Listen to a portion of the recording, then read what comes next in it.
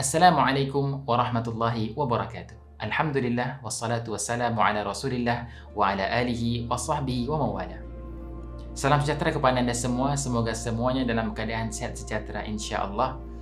Saudara-saudara sekalian, di antara ciri-ciri orang yang beriman, yang saleh dan dicintai oleh Allah Subhanahu wa taala adalah mereka yang senantiasa memuhasabah diri mereka. Apakah muhasabah itu? Muhasabah itu di mana seseorang itu menggunakan waktu untuk melihat kembali, mengimbas kembali bagaimanakah telah mereka gunakan waktu dalam kehidupan seharian mereka. Dan sebagai seorang muslim, tentunya kita tidak terlepas daripada ibadah kepada Allah Subhanahu wa taala. Seperti mana yang Allah telah firmankan dalam surah Az-Zariyat ayat yang ke-56, Allah berfirman, "Wa ma khalaqtul jinna wal ins illa liya'budun." Tidaklah aku, kata Allah, menciptakan jin dan manusia itu melainkan untuk beribadah kepada aku. Di sini jelas bahwasanya kita sebagai seorang muslim, ibadah merupakan pokok dalam kehidupan kita. Dan di antara berbagai ibadah di dalam Islam, ibadah solat yang paling utama. Bahkan solat itu dikatakan sebagai as-salatu imaduddin, tiang agama. Nabi Muhammad SAW telah bersabda, "Inna bainar rajuli wa bainash syirki wal kufri tarkas salah." Perbezaan atau batas seseorang itu daripada kesyirikan dan juga kekufuran adalah pada meninggalkan salat. Saudara-saudara sekalian, jika kita lihat di dalam 5 rukun Islam, di mana yang pertama adalah syahadat, salat, zakat, puasa dan haji. Kita lihat yang ketiga, di mana puasa ini juga ada selain daripada Islam. Mereka juga harus berpuasa mengikut undang-undang mereka masing-masing.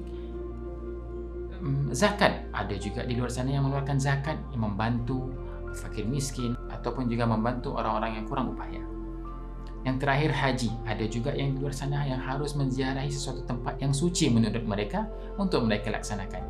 Tetapi solat ini sangat-sangat membezakan, karena kita harus melaksanakannya sebanyak 5 kali dalam sehari pada waktu-waktu tertentu.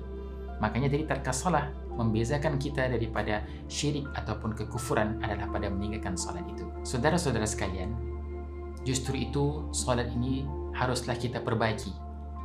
Haruslah kita upgrade kembali dengan kualitas yang terbaik. Dan bagaimana untuk kita mendapat solat yang baik itu? Ingatlah, objektif atau matlamat kita dalam melaksanakan solat untuk mendapatkan makom ataupun darjat kekhusyukan.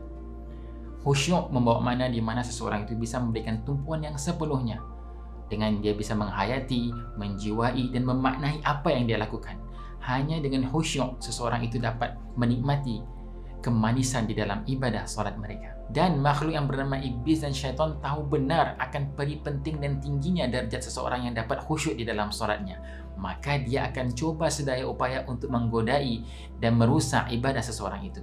Ingat dalam surah Al-Mu'minun ayat 1 hingga ke-2, Allah Subhanahu wa taala telah berfirman, "A'udzubillahi minasyaitonirrajim. Bismillahirrahmanirrahim. Qad aflahal mu'minun alladzina hum fi salatihim khashi'un." Nah, di sini Allah jelaskan dengan jelas khashi'un, yaitu khusyuk.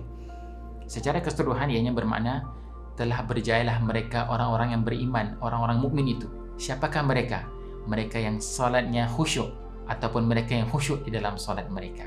Oleh karena itu, Allah Subhanahu wa taala juga telah memberikan sebuah doa yang terletak dalam surah yang sama juga, yaitu surah Al-Mu'minun ayat yang ke-97 hingga ke-98.